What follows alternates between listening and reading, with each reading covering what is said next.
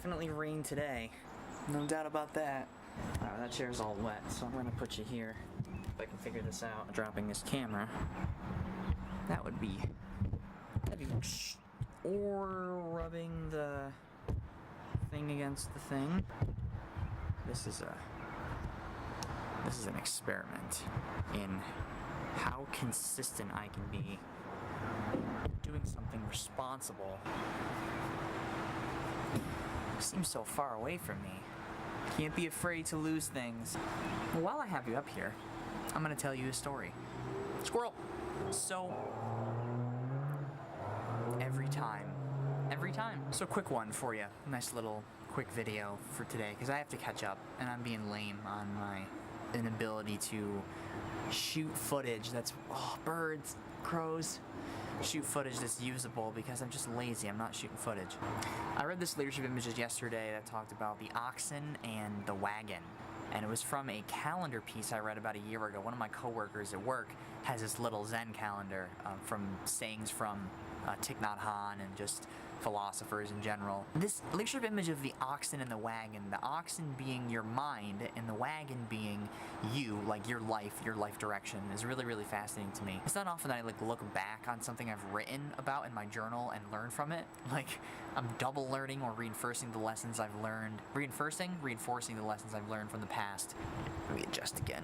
So then I can get down here. Here's the idea. If the oxen is your mind, right?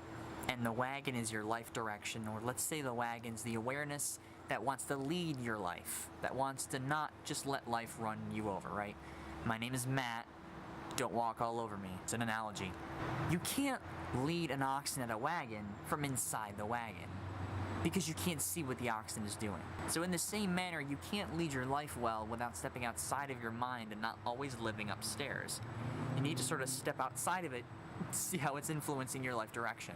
That's the whole idea. So awareness is the key in directing your life, realizing you have choices and making those choices. If you completely check out, life will determine direction and your mind will lead your life astray. Just as an oxen would lead you astray if you weren't at the reins controlling the direction of the oxen. I'm just picturing people on the Oregon Trail thinking about this. Probably not as deeply as I am right now, but perhaps, maybe, realizing that they have to lead the oxen. I'm trying to think of like a better example I could give you in real life of something like that, but that's my analogy. We all have a monster within us, and it doesn't differ in the kind, it only differs in the degree. And it's inside my head right now. It's called the Mind Movie. It's called My Mind. That was my idea for you today. Quick one. That's all I want to tell you. Realize my neighbor lives right next to me there. Okay, probably freak him out sometimes. Where's that squirrel? Right there.